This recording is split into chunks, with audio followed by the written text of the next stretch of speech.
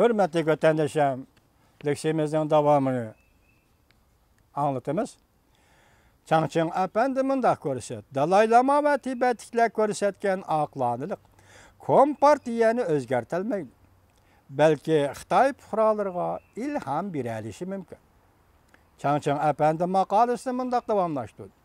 Hurmatli Dalay Lama o'ttir yo'l tashabbusini ko'tarib chiqdi. Biz mustaqillikni talab qilmaymiz dedi. Shundaqla Jungoning mustamlik hukmronligini qabul qilamiz dedi.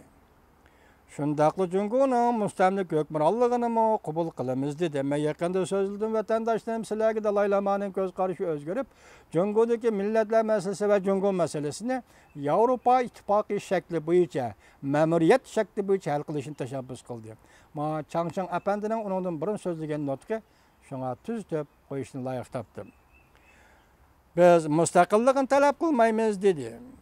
Shundaqla Jungoning mustamlik hukmronligini qabul qilmaymiz dedi. Bizga haqiqiy avtonomiya kerak. Tibet xalqi Tibetning barliq ishlarini boshqarish kerak. Jumladan buning uchun Beijing hukumati bilan suhbat qurishni o'z ishiga oladi. dedi. Men o'ylayman, bundaq yaxshi arzuni to'g'ri tushunishga bo'ladi.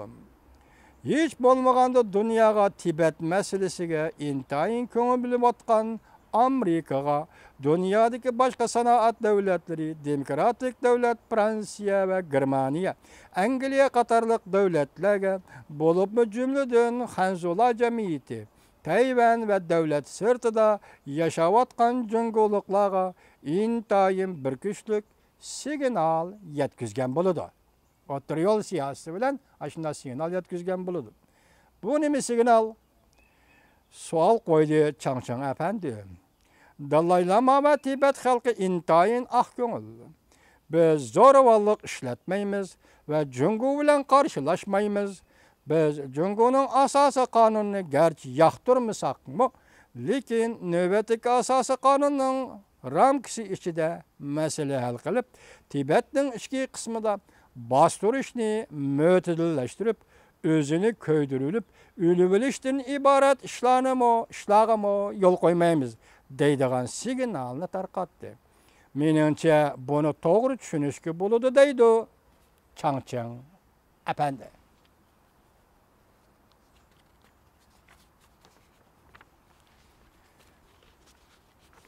Changchengning maqolasi. Changcheng Efendi maqolasi yana bunda davomlashtirdi. Dekan deb davomlashtirdi Changcheng Efendi. O'tgan 20-30 yildan beri elib berilgan suhbatlarning natijasi ikki taraf suhbat vakillarining ko'p qatimliq uchrashishi mening xotirlashim 8 qatim davomlashdi. Amaliyat 9 qatim davomlashgan edi. Lekin har qanday natija qozonolmadi. Chunki Beijing hokimiyati hatto o'zining Hanzolariga inson tabiati bilan muomala qilmayotganda Tibetliklarga qanday chiroy ochsin? Jungo Kompartiyasi faqat bir xil ahvol yo'l qo'yishi mumkin, ya'ni xalqaro besim. G'arb jamiyati jumladan Birlashgan Davlatlar Tashkiloti Tibetning kishilik huquqi qattiq ko'ngil bilgan ahvol ostida Jungo Kompartiyasi yo'l qo'yishi mumkin. Ahamiyatli tarafdan aytganda Jungo bilan suhbat qurishdan natija chiqmaydi. Biz Jungo hukumatini ta'sirlantira olmaymiz. Xalq qudratlik Jungoning tashviqotiga ishonamdi yoki puli yo'q, kuchi yo'q Tibetlarning oxirgi ojiz sadosiga quloq solamdi. Lekin eng oxirida insoniyat tarixi isbotlaydi-ki, Tibet xalqining sadosi garchi hozir ojiz bo'lsa-mu, qudratli ko'ringan, ammo avo soxta tashviqotning ustidan cho'qim g'alaba qiladi. Muxbir savol qo'yib, Tibetning kelgusi to'g'riliq so'raganda Changcheng Efendi bunday javob berdi. Men Tibetning kelgusiga umid bilan qarayman. Biz Isroilga qarab boqaylik. Isroiliya davlati yo'q edi. Isroillar dunyoning har qaysi joylariga tarqalib ketgan. Isroillarga solishtirganda Tibetlar yana o'zining vatanida yashayotdi. Gerçi mustamlik hukmronligi ostida bo'lsa-mu, dunyoning har qaysi joylariga tarqalib ketmagan.